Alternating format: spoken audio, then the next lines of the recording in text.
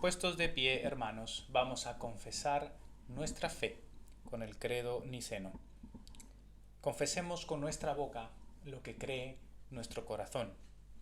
Creo en un solo Dios, Padre Todopoderoso, Creador del cielo y de la tierra, y de todas las cosas, visibles e invisibles, y en un solo Señor Jesucristo, Hijo unigénito de Dios, engendrado del Padre antes de todos los siglos, Dios de Dios, luz de luz, verdadero Dios de verdadero Dios, engendrado, no creado, consubstancial al Padre, por quien todas las cosas fueron hechas, quien por los hombres y por nuestra salvación descendió del cielo y fue encarnado por obra del Espíritu Santo de María la Virgen, y fue hecho hombre, y también por nosotros fue crucificado bajo Poncio Pilato.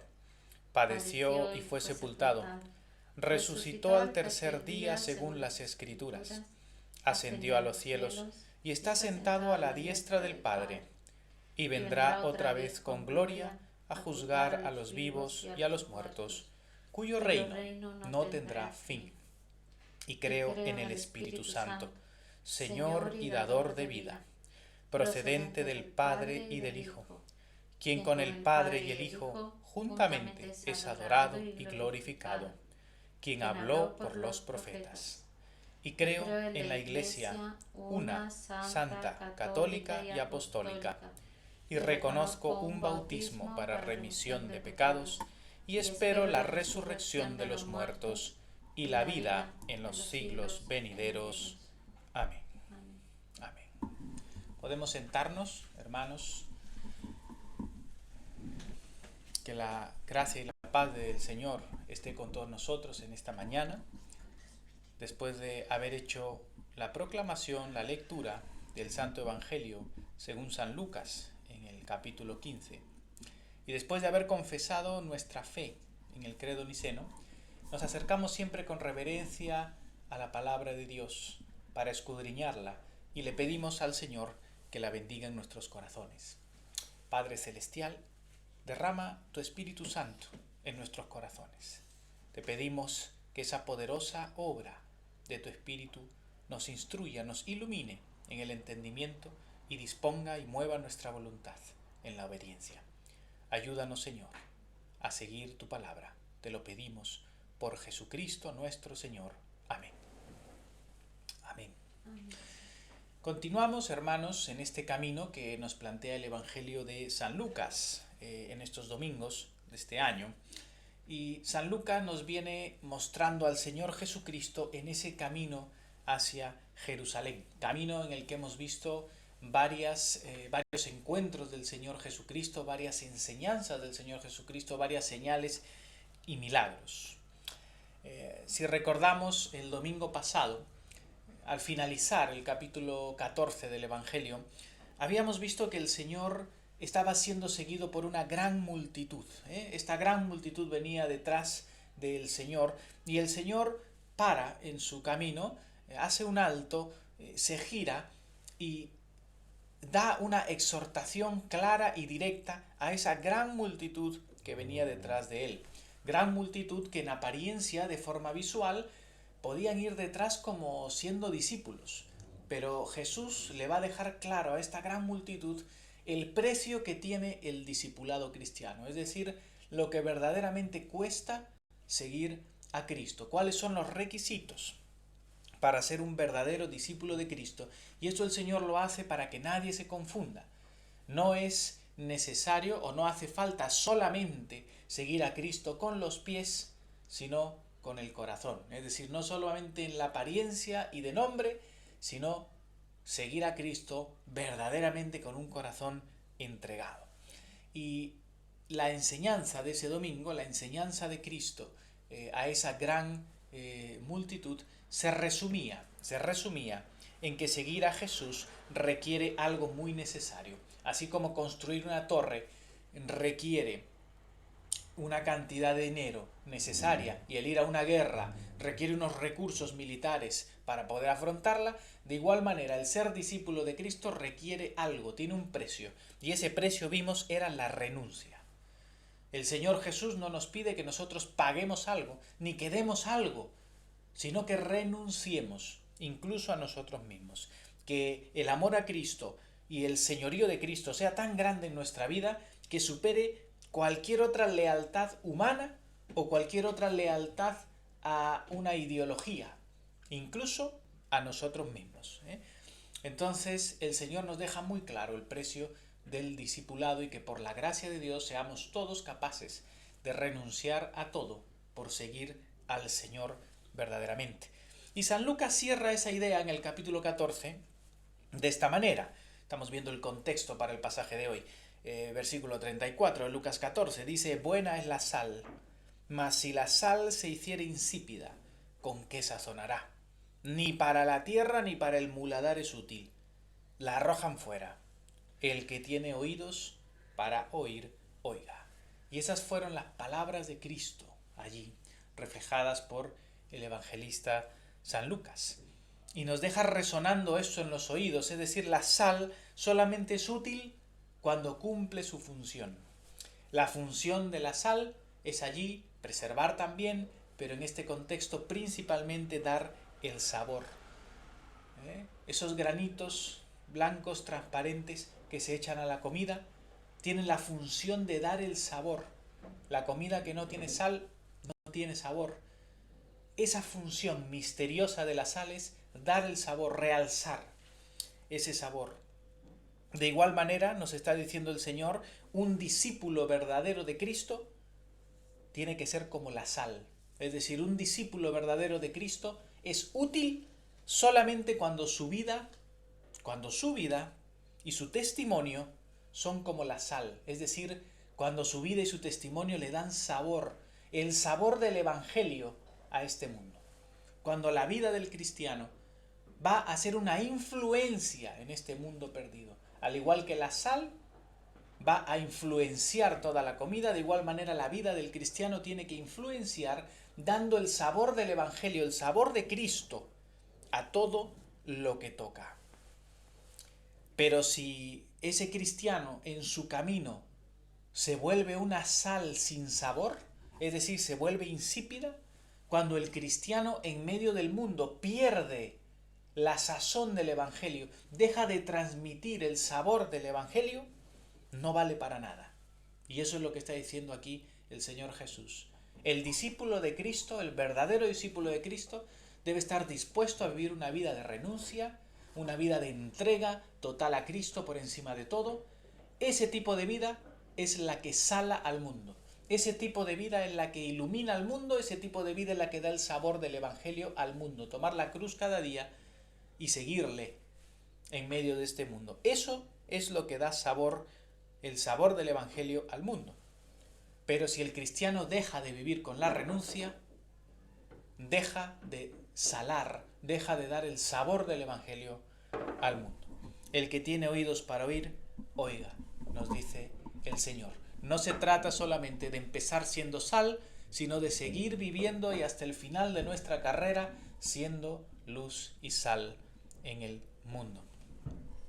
Bien, este es el contexto de la lectura del Evangelio de hoy y San Lucas nos lleva ahora a otro escenario en este camino. En el capítulo 15 nos dice San Lucas: se acercaban a Jesús todos los publicanos y pecadores para oírle. Y los fariseos y los escribas murmuraban, diciendo: este a los pecadores recibe y con ellos come. Fijaos, esta es la escena inicial que nos plantea San Lucas, ¿no? El Señor sigue su camino y de pronto se acercan a él, nos dice aquí, todos los publicanos y los pecadores, ¿no? Fijaos que ya desde el inicio San Lucas nos está planteando en este escenario dos grupos que se contraponen directamente entre sí. Un grupo lo conforman los publicanos y los pecadores.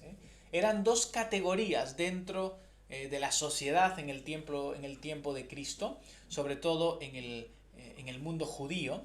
Eran estos dos grupos despreciados, marginados y odiados por los judíos. Los publicanos eran aquellos judíos que eran considerados los traidores de la peor calaña, ¿no? Porque eran judíos que prácticamente se habían vendido al Imperio Romano y trabajaban para el Imperio Romano cobrando impuestos. Y dentro de esos impuestos que cobraban ellos sacaban una buena tajada de forma ilícita la mayoría de las veces. Entonces eran muy mal vistos y despreciados los publicanos.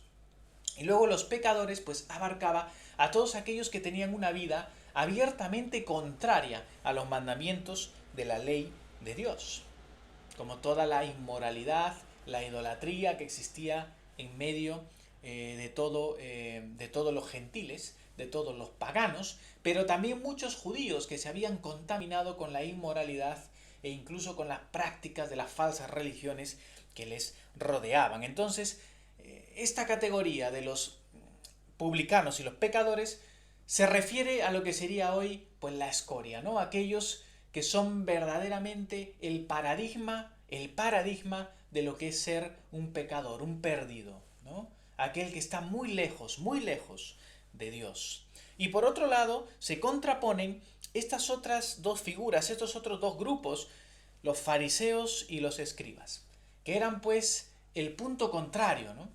Los fariseos eran estos judíos que, aunque siendo laicos, no eran parte del sacerdocio, no eran digamos de la casta sacerdotal, pero eran unos laicos consagrados y que tenían una gran autoridad religiosa en medio del pueblo, ¿no? Entonces los fariseos también eran parte del Sanedrín, tenían una gran posición de autoridad y muy reconocidos por su supuesta pureza y cumplimiento de la ley, ¿no? Por ser muy estrictos en cuanto a cumplir todo lo que la ley del antiguo pacto en sus ritos y formas pues exigía. Y por otro lado los escribas eran los doctores de la ley, es decir, los teólogos, aquellos doctores que estudiaban en profundidad las escrituras, ¿no? Entonces fijaos aquí esta oposición, que es constante en los evangelios, ¿no? Y constantemente Lucas nos muestra la actitud del corazón de los fariseos y de los escribas hacia los pecadores. Nosotros podemos ver aquí que los fariseos y los escribas murmuran contra Cristo y dicen: este a los pecadores recibe y con ellos come. ¿Por qué dicen esto? Porque estos publicanos y pecadores se acercaban a Jesús para escucharle. Y aquí estamos viendo la actitud de estos pecadores que están buscando a Cristo porque quieren oír su doctrina. No nos dice el texto si le buscaban totalmente de corazón, pero están allí para escuchar la palabra de Cristo. Y el Señor Jesús les recibe para que ellos oigan el mensaje de la salvación. Pero estos fariseos y doctores de la ley murmuran y se llenan de enojo hacia Cristo porque Él recibe a los pecadores e incluso come con ellos. El comer con ellos y el acto de comer siempre refleja comunión. Y a ellos les afectaba totalmente que Jesús les recibiera incluso a la mesa y comiera con ellos. Estos fariseos y escribas habían marcado una separación total e inmisericordia con aquellos pecadores que no cumplían la ley. Y fijaos lo que digo, una separación total e inmisericordia, es decir, ellos miraban y trataban con desprecio al pecador. Ellos no estaban preocupados por la salvación de ese pecador. Ellos no estaban preocupados por llamar al arrepentimiento a ese pecador. Ellos eran incapaces de sentarse a la mesa con un pecador para llamarle al arrepentimiento. Eran incapaces de recibirle para guiarle a la salvación, porque ellos se sentían moralmente superiores a ellos. Ellos se sentían más dignos que estos pecadores, porque ellos no reconocían su propia condición pecadora. Ellos no reconocían su propia miseria y que ellos mismos necesitaban ser perdonados y rescatados por Dios. Estos fariseos y líderes judíos acusan varias veces al Señor Jesucristo y a sus discípulos por compartir con los pecadores.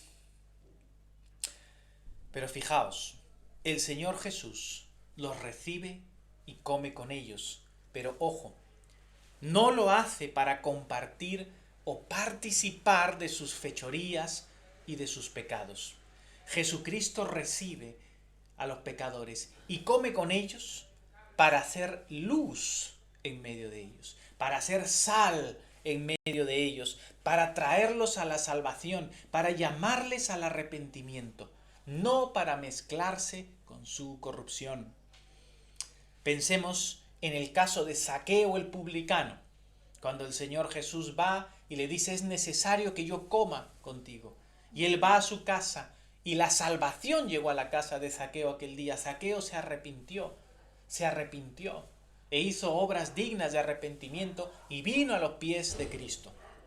De igual manera, cuando el Señor Jesús es invitado a comer en la casa de un fariseo y viene esta mujer pecadora y se pone a los pies de Cristo y lava sus pies con sus lágrimas y lo enjuga con el perfume de alabastro. El mismo fariseo dice: pues si este hombre fuera realmente un profeta, sabría quién es esta mujer pecadora. Y vemos ahí a Jesús sanando, perdonando, libertando a esta mujer arrepentida a sus pies en el contexto de esta cena. Esa es la actitud de Cristo. Ese es el corazón de Cristo. Cuando el Señor recibe y come con un pecador, no es para enredarse en su pecado, no es para validar su pecado, es para llamarle al arrepentimiento. Y ese es el corazón de amor y de misericordia de Dios. Dios ama al ser humano, ama al pecador para llamarle al arrepentimiento. Dios no se mezcla con el pecado, pero Dios está con nosotros para llamarnos al arrepentimiento, para llamarnos a la salvación. El Señor Jesús está totalmente apartado del pecado. En Él no hay pecado. Ni por supuesto hay injusticia, ni por supuesto hay permisión para el pecado. En Él no hay pecado, está totalmente apartado del pecado y de participar de los pecados ajenos, pero Cristo a la vez está muy cerca del pecador para darle luz, para llamarle al Evangelio. El Señor está allí como la sal, y de esa misma manera la Iglesia y cada cristiano es igualmente llamado por el Señor a tener esa misma actitud. La misma actitud que el Señor le tuvo que enseñar a los apóstoles a lo largo de un proceso. Porque los mismos apóstoles, siendo judíos, al principio les costó mucho acercarse a los gentiles, a las naciones. Pero el Señor tuvo que enseñarles con paciencia, pero con claridad, que el Evangelio se anuncia a todos. El amor y la gracia de Dios es para todos aquellos que se arrepienten. Y el Evangelio se predica a todas las naciones para arrepentimiento, para perdón de pecados, para salvación. Los cristianos, al igual que el Señor Jesucristo, no debemos nosotros considerarnos, siguiendo el ejemplo de Cristo, no debemos considerarnos superiores a los pecadores, como hicieron los fariseos. No debemos marcar una distancia inmisericordia con los que están sin Cristo, sino que debemos ir y alcanzar a los perdidos. Pero esto, y por favor tener claro lo que estoy diciendo, esto con la prudencia que tuvo el Señor Jesucristo. Es decir, cuando nosotros vamos al mundo y vamos al pecador para hacerle luz y para hacer de sal, para llamarle a la salvación, debemos hacerlo con mucho cuidado y con mucha prudencia, sin mezclarse, sin compartir o participar del pecado ajeno, sin consentir el pecado ajeno, sin dejar de ser sal y luz verdaderamente, y sin dejarse seducir por el mundo y sus vanidades. Porque si el cristiano con la excusa de alcanzar al perdido, se mezcla en el mundo y se deja engañar y seducir por las vanidades del mundo, va a participar de los pecados del mundo. Y el cristiano debe tener claro que sí existe una separación necesaria entre el cristiano, entre la iglesia y el mundo. Es imprescindible marcar esa separación, que es la raíz de la misma palabra santidad. Pero esa separación no puede ser la separación inmisericordia y orgullosa que tenían los fariseos, sino una separación misericordiosa para llamarles a la salvación.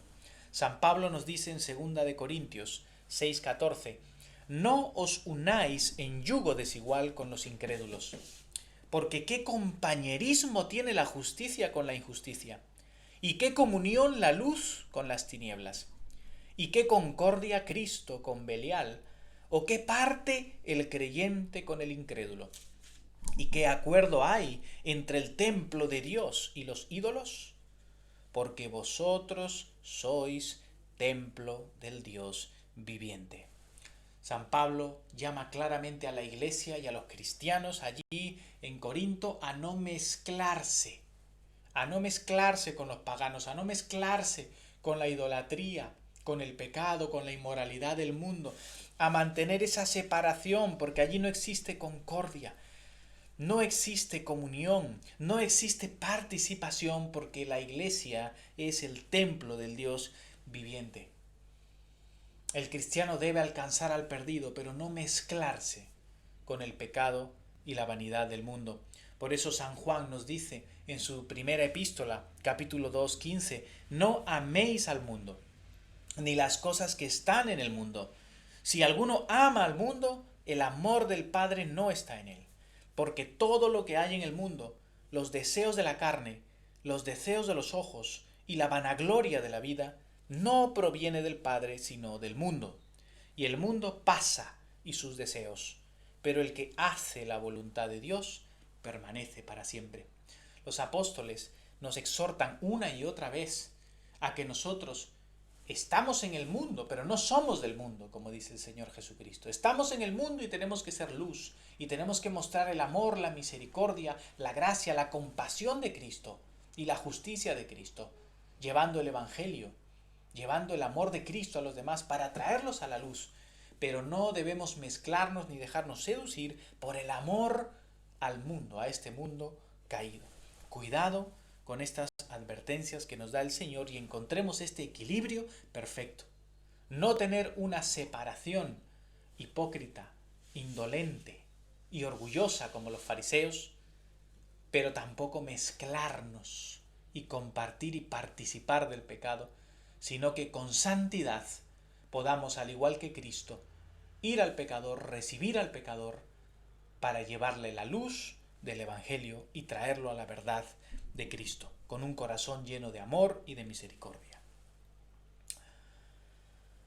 Bien, habiendo dicho esto, ahora el Señor Jesús nos va a dejar aquí en realidad tres parábolas de las cuales solo vamos a ver hoy dos, porque la tercera ya la hemos visto, y estas dos primeras parábolas son la parábola de la oveja perdida y la parábola de la moneda perdida. La finalidad de Cristo en su doctrina en este momento es reflejar y mostrarnos claramente el corazón de Dios hacia el pecador, el corazón de Dios hacia el hombre perdido en su pecado. Los fariseos, con unos corazones endurecidos, lo que están mostrando es aborrecimiento y una distancia en misericordia hacia el pecador. Pero Jesucristo nuestro Señor nos muestra con su vida y con su doctrina el corazón del Padre. Nos deja ver claramente el corazón de Dios. Y estas dos parábolas nos dejan muy claro cuál es el corazón de Dios hacia el pecador y cuál es el gozo y la alegría de Dios cuando un pecador se arrepiente. Capítulo 15, versículo 3. Entonces él, Jesús, les refirió esta parábola diciendo: ¿qué hombre de vosotros, teniendo 100 ovejas, si pierde una de ellas, no deja las 99 en el desierto y va tras la que se perdió hasta encontrarla? y cuando la encuentra la pone sobre sus hombros, gozoso. Y al llegar a casa reúne a sus amigos y vecinos diciéndoles: gozaos conmigo, porque he encontrado mi oveja que se había perdido. Os digo, dice el Señor, que así habrá más gozo en el cielo por un pecador que se arrepiente, que por 99 justos que no necesitan arrepentimiento. Sigue el Señor. ¿O qué mujer que tiene 10 dracmas, si pierde una dracma, no enciende la lámpara y barre la casa y busca con diligencia hasta encontrarla? Y cuando la encuentra, reúne a sus amigas y vecinas, diciendo: gozaos conmigo, porque he encontrado la dracma que había perdido.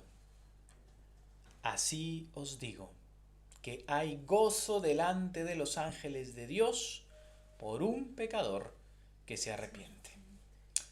Fijaos estas dos preciosas parábolas que utiliza el Señor Jesucristo. Realmente se refieren a lo mismo, con algunas pequeñas diferencias. Este hombre que pierde la oveja, este pastor que pierde a una de sus ovejas, esta mujer que pierde esta moneda, esta dracma, ¿no? Esta era una moneda griega que era comparable o equivalente al denario, y esta moneda pues realmente tenía el valor del salario de un día, ¿no? No era poca cosa.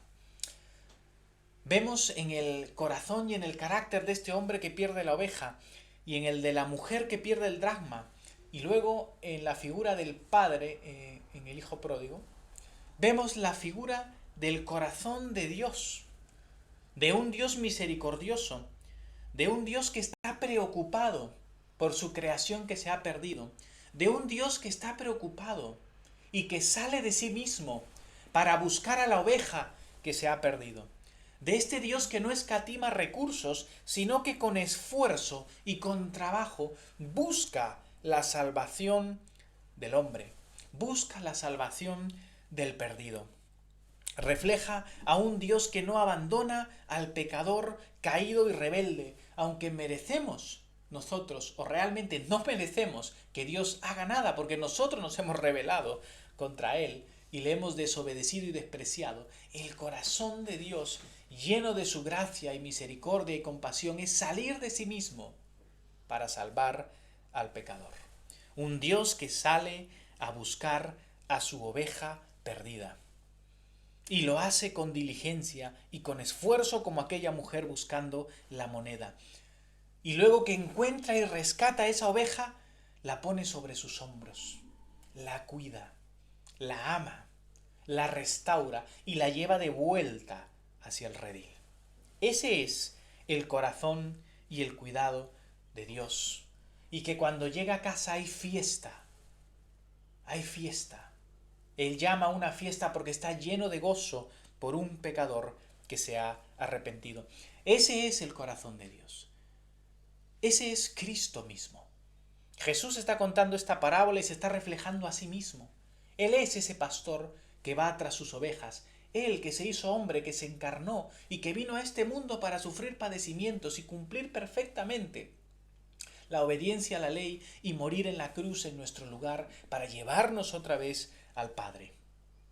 Él es ese pastor misericordioso que viene por la oveja perdida, que viene a salvar a los pecadores. Siendo Dios eterno, se despojó a sí mismo, se despojó de su gloria en los cielos, se humilló hasta lo sumo y hasta la muerte y muerte de cruz se hizo siervo para salvarnos. Y Dios nos ofrece esa salvación como un don de su gracia. Es un don, un regalo de la gracia de Dios, pero para Dios el costo fue grandísimo. La misma cruz. Para el Padre la entrega de su propio Hijo, del Hijo eterno, la segunda persona de la Trinidad. Para Cristo mismo como Dios, la entrega de sí mismo hasta la muerte de cruz. Y la donación del Espíritu Santo para aplicar esa redención en nosotros. Esto nos muestra el corazón de Dios en toda la obra de redención y cómo es que hasta el día de hoy, por supuesto, la obra del Espíritu Santo en nuestros corazones y en los corazones de toda criatura, de todo ser humano, es el llamamiento de Dios por medio del Evangelio. Dios está buscando al hombre y llamando al hombre a través del Evangelio, a través del anuncio de la cruz de Cristo, a través del anuncio de la reconciliación. Reconciliaos con Dios por medio de la cruz de Cristo, por medio de su sacrificio, el perdón de los pecados. La vida eterna es ofrecida en su muerte y su resurrección. Ven a Cristo y recibe la salvación que Dios te ofrece. Entra en esa comunión, vuelve a la casa del Padre. Y esto es lo que hacía Jesús, predicando el Evangelio del reino a los perdidos y a los pecadores. Él recibía a los perdidos y a los pecadores para anunciarles el Evangelio del reino. Arrepentíos porque el reino de los cielos se ha acercado. Esa era la predicación del Señor Jesús. Arrepentíos, convertíos a mí, seguidme, toma tu cruz y sígueme. La predicación de Cristo es: renuncia a ti mismo, arrepiéntete y sígueme. Recibe ese Evangelio de la salvación y recíbelo tú hoy mismo. Y nos dice aquí que hay más gozo en esta parábola. Nos dice el Señor, cuando una oveja perdida vuelve, hay más gozo en el cielo por un solo pecador que se arrepiente, por uno solo, que por 99 justos que no necesitan arrepentimiento. Esta expresión del Señor es una clara ironía para los fariseos y escribas que se creían justos en su propia opinión. Pero Jesús una y otra vez les dice claramente que ellos necesitan también ser salvados. Si no creéis que yo soy, les dice Jesús, en vuestros pecados moriréis. Ellos también necesitan ser perdonados de sus pecados, pero se creen justos en su propia opinión. Todos necesitamos el perdón de Dios, todos necesitamos ser justificados por Dios, todos necesitamos ser reconciliados, transformados, restaurados, nacidos otra vez por la gracia de Dios. Todos necesitamos la cruz de Cristo. Sin su cruz, sin su gracia, no hay salvación, no hay perdón para nadie. Pero hay gran gozo en el cielo cuando un pecador se arrepiente, cuando uno solo se arrepiente. Y gran gozo cuando la gracia de Dios ha encontrado a un pecador, como la mujer cuando encuentra la moneda.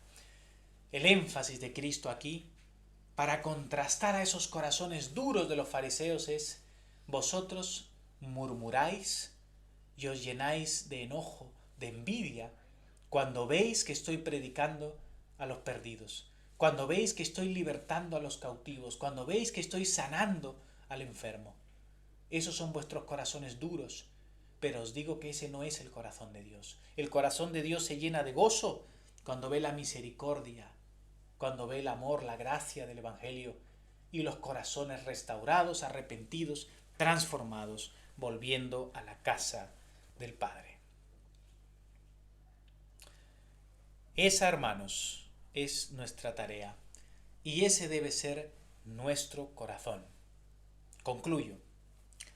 Seamos, hermanos, sal en el mundo. Tenemos que ser la sal del Evangelio, esa sal que no pierde su sabor, y solamente lo seremos si vivimos constantemente en el Evangelio, si vivimos constantemente en el arrepentimiento, en la fe, en la renuncia, en la conversión. Un camino permanente de conversión es lo que permite que nuestra vida sea sal, es decir, que el sabor del Evangelio toque a los que nos rodean, a todo el mundo con el que tenemos contacto. Pero cuidado, ya he dicho, no nos mezclemos, seamos prudentes, no perdamos el sabor del Evangelio, no participemos de los pecados del mundo, no comulguemos de los pecados del mundo, no hay comunión entre la luz y las tinieblas, tenemos que ser verdaderamente luz. Eso significa vivir en una santidad misericordiosa. Santidad misericordiosa, una santidad que ilumina, que purifica. No tengamos la actitud farisea, orgullosa e indolente. Nosotros no debemos creernos más justos que los demás, no debemos creernos más justos que los que están sin Cristo, porque nosotros estábamos también igualmente perdidos y necesitados de la gracia de Dios y seguimos estando necesitados de la gracia de Dios y del perdón de nuestros pecados cada día. Por eso cada día confesamos nuestros pecados a Dios y venimos a los pies de Cristo, en su palabra, en la Eucaristía. Venimos cada día en nuestras oraciones, clamando al Señor su gracia, el perdón de nuestros pecados, porque no somos dignos de nada. Es la gracia de Dios la que nos ha alcanzado. No somos mejores que nadie. Es la gracia de Dios con nosotros. No somos nosotros en nosotros mismos. Seamos como Cristo. Busquemos al pecador en el mundo para llevarle la luz de Cristo. Y entendiendo nuestra propia indignidad, con la misericordia del amor de Dios, busquemos llevar a Cristo a los que nos rodean.